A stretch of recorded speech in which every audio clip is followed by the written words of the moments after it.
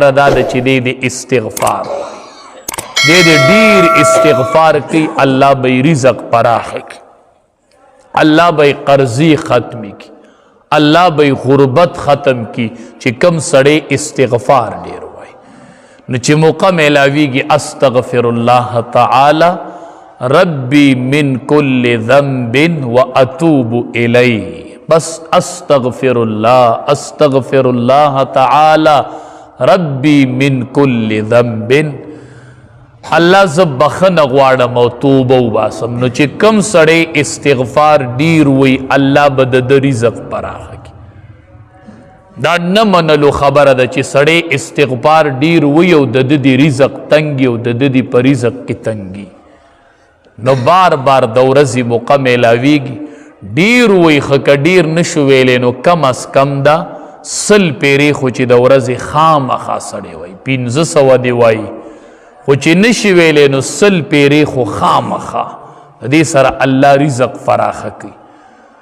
دویم هغه لیکلي دی یو سړی باندې قرضه د رزق تنگ دی، نو دویمه نسخه هغه دا لیکلي چې دی د درود شریف ډیر وای، چې کم سړی درود شریف ډیر وای دی به نه غریب کیږي، دی به نه غریب کیږي چې کم سړی درود شریف ډیر وای د رزق فراخ. وګورئ پټرای په لګوکای خلق وزمایل ازمودا خلق پټرایان وکړلې چې کم سړی درود شریف ډیر وای د رزق فراخ دی به الله نه غریب کوي، د لاس په همیشه ورکون کې وي، د لاس په اغستون کې نه جوړیږي چې کم سړی درود شریف ډیر وای. هر درود چې وایه کم درته آسان یو کم ډیر ویلې شي. بهر صورت وصلی الله علی النبی الامی دا ډیر مختصر دی، نو د درود شریف ورد ډیر کوي، الله بم غریبی ختم کیو، الله بم مالدار کی، الله بم مالدار کی. او چې کم سړی ډیر قرضداري وي او قرضونو کې گیر دی، کاروبار بند دی، علماء وی دی ماسخوتن د مانځه نه پس په پابندۍ سره 1500 پیری درود شریف شروع کی، قرضونه او کاروبارونه هر څه به قرضونه به ختم شي او کاروبار به کوله وشي. الله به چری نه غریب کوي چې کم سړی درود شریف ډیر وایي. یو هغه دا وجه لیکلي چې دام د رزق د پراخۍ دپاره چې دې سړي باندې به غربت نه راځي چې کم بنده درود شریف وایي، کنی شوروی که درود شریف وایه غربت پا نرازی انشاءاللہ ہمیشہ بدے مالدار ہے.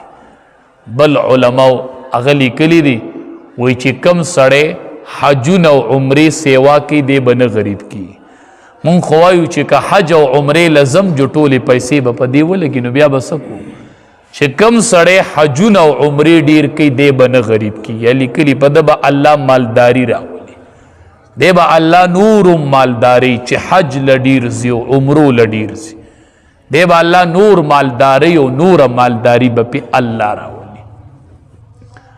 بلا وجہ لکلی دا سبب لکلی دی دا رزق دا پراخی دا پارا چوی کل سڑے پا درستخوان ناسی و ڈوڑی خوری و پا دی درستخوان باندی دا وارد وارد بوچڑی پاتیش چی دا دی رالی و دا خوری، یو بده الله غریب کینا او بل بده د حافظه مضبوطی د نبیر ناراضی. نن سبا زنانو تو سمره د ییرو مسله د ییر دیرانه ییر شورانه چې دقه د درستخوان د بوچړی رالی او خوري، یو بای الله غریب کینا او بل بای الله حافظه مضبوطه کی. د دې سړی حافظه به مضبوطی د نبیر ناراضی چې دغه بوچړی خوري چې کم پا دی درستخوان باندې پاتی کیگی و دی با نغریب کی.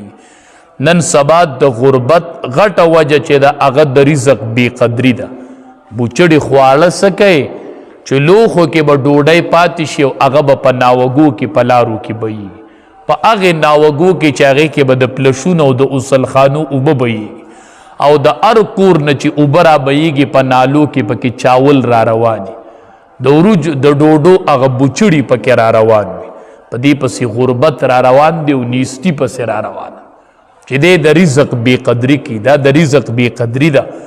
دا بوچړي چې په درستخوان پاتې شي په خپله هم خورئ او بچو تم وایه دا بوچړي روچتوه دا خورئ پدې الله د بنده رزق سیوا کوي. دا بنده به نه غریب کیږي.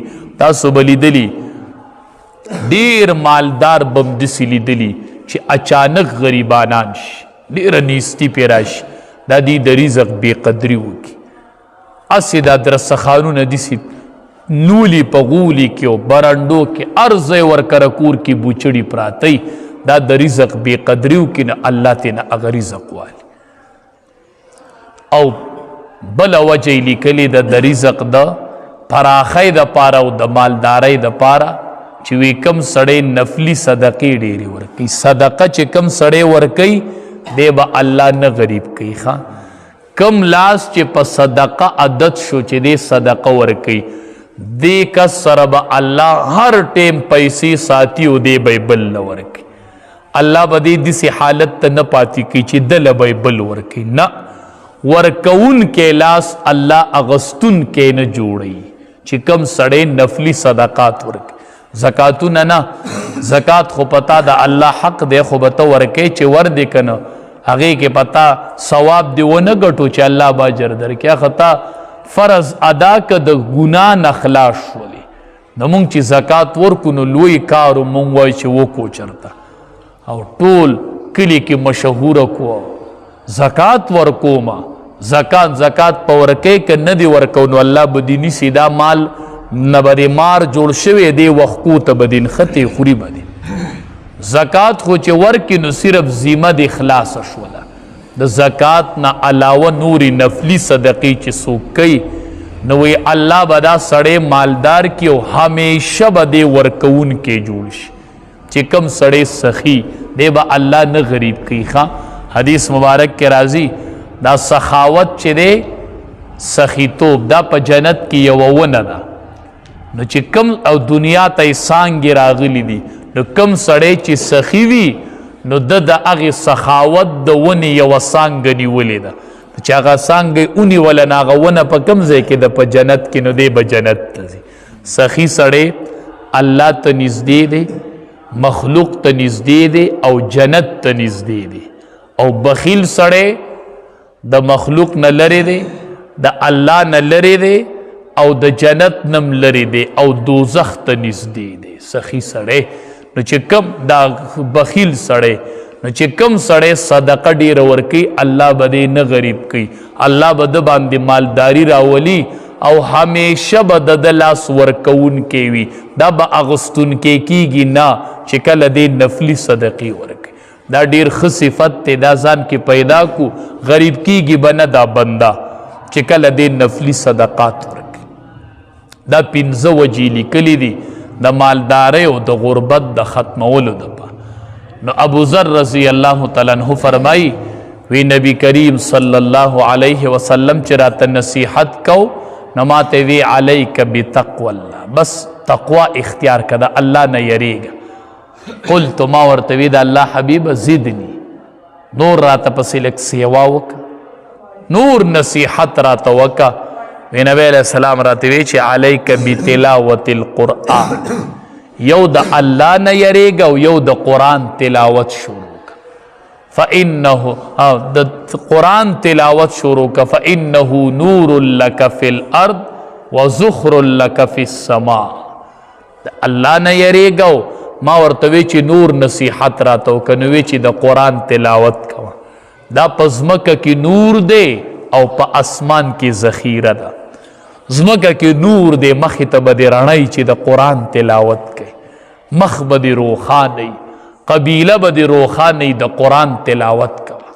د قرآن تلاوت کوه، دا په ځمکه کې نور دی او په آخرت کې به دې ذخیره جوړه شي. وزخر لک فی السماء، د آخرت دپاره دا لویه سرمایه ده، دا لویه ذخیره ده چې د قرآن تلاوت کوي او دا جمع کیږي. مونږ باندې کلونه تیر شي، روح کال تیر شي، مونږ قرآن ختم کو په ناظره. قرآن کال یو روجه راشي او بل راشي او مونږ پکې چرته قرآن ختم نه کو. نو نبی علیہ السلام راته وی چې د قرآن تلاوت کوه. ما د نبی علیہ السلام نه تپوس کو چې د الله حبیبه د آسماني کتابونه څومره نازل شوي وو. ما ته وی چې سل صحیفې نازلې شوي دي او سلور آسماني کتابونه د اسمان نه سل صحیفې راغلي دي